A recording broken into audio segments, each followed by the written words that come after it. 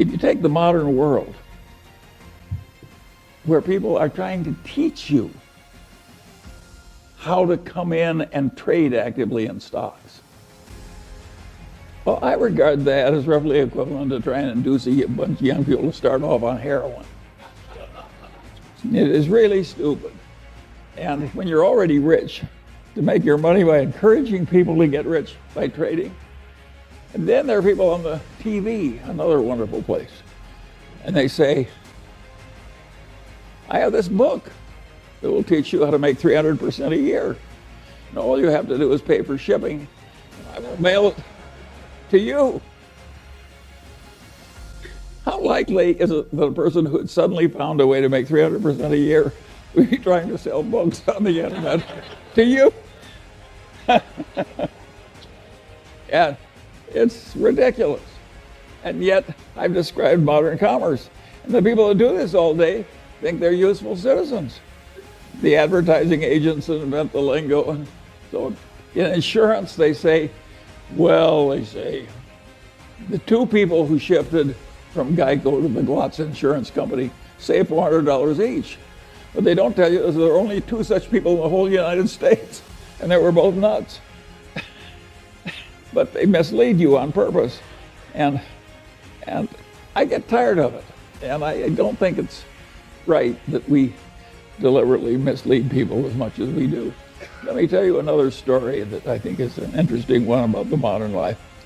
But this goes back to a different time. And this man has this wonderful horse. And it's just a marvelous horse. Got an easy gait and good looking and everything. It just works wonderfully. But also occasionally just gets so he's dangerous and vicious and causes enormous damage and trouble and breaks arms and legs for his rider and so on. And he goes to the vet and says, what can I do about this horse? And the vet says, that's a very easy problem and I'm glad to help you. Just what should I do? And the man says, the next time your horse is behaving well, sell it.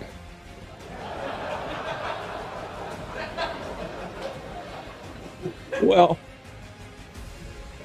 think of how immoral that is. And haven't I just described what private equity has to do? When private equity has to sell something that's really troublesome, they hire an investment banker. And what does the investment banker do? He makes a projection. I have never seen such expertise in my whole life as is created in making projections in investment banking. There is no business so lousy it can't get a wonderful projection. But is that a great way to make a living, to have phony projections and use it to make money out of people you look right into the eyes of? I would say no.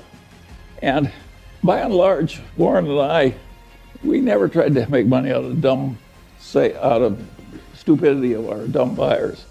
We tried to make money by buying. And if we were selling horse shit, we didn't want to pretend it was a cure for arthritis.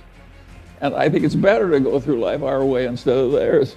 I think it's always been this way. I think there's always been chicanery. Think of the carnivals, the carny operator. Think how much trickery there is in a carny operation. And people just seek out the weaknesses of their fellow man and take advantage. And you have to get wise enough so you avoid them all. And you can't avoid them if they're in your family. I have no solution to that one. But where you have a fair choice, there are just so many people that should be avoided. My father had this best friend and client. And he also had this other client who was a big blowhard. And he was always working for the big blowhard, and he wasn't ever working for his wonderful client whom I admired. And I said, why do you do this? And he said, Charlie, you idiot.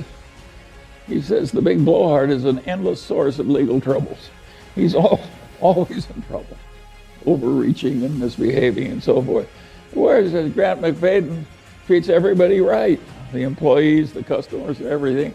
He gets involved with some psychotic, he walks over there and makes a graceful exit immediately. So a man like that doesn't need a lawyer. And my father was trying to teach me something, and it really worked. I spent my whole life trying to be like Grant McFadden. And I want to tell you, it works. It really works. Peter Coffin is always telling me if the crooks only knew how much money you could make by being honest, they'd all behave differently. Warren has a wonderful saying I like. He says, if you take the high road, it's never crowded.